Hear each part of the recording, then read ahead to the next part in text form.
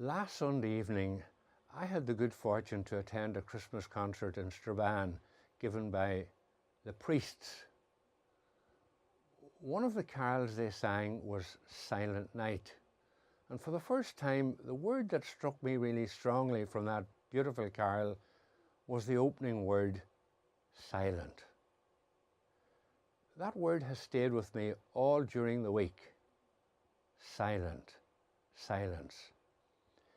Maybe it was because the message about the importance of silence and quiet and calm and time for listening and reflecting had been coming to me all during the previous week. From a book I had been reading, from a friend who had spoken to me, from an earlier video reflection in our parish online Advent retreat, and from the sermon that Father Daniel had given on Sunday morning. For some reason, the same message was coming through, that in the midst of all the hustle and bustle of life, particularly of this season, that silence is precious. Like most people, I find it difficult to set aside even a little time to be still, to sit quietly, just to be silent.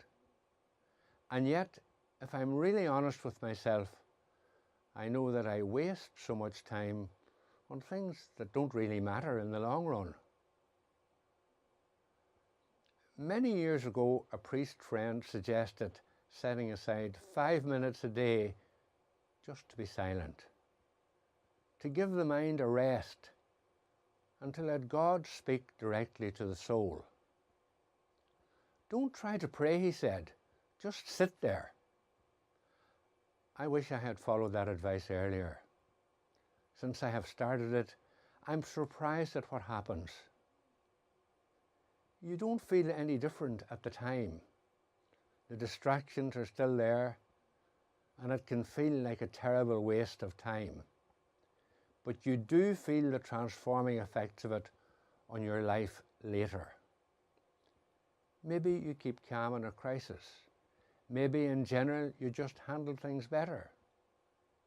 And strangely, setting aside those few minutes in silence somehow leads to getting more things done and getting them done more efficiently.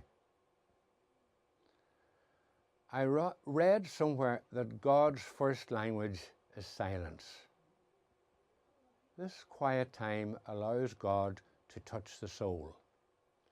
And as one of our well-known hymns reminds us, his touch is as gentle as silence.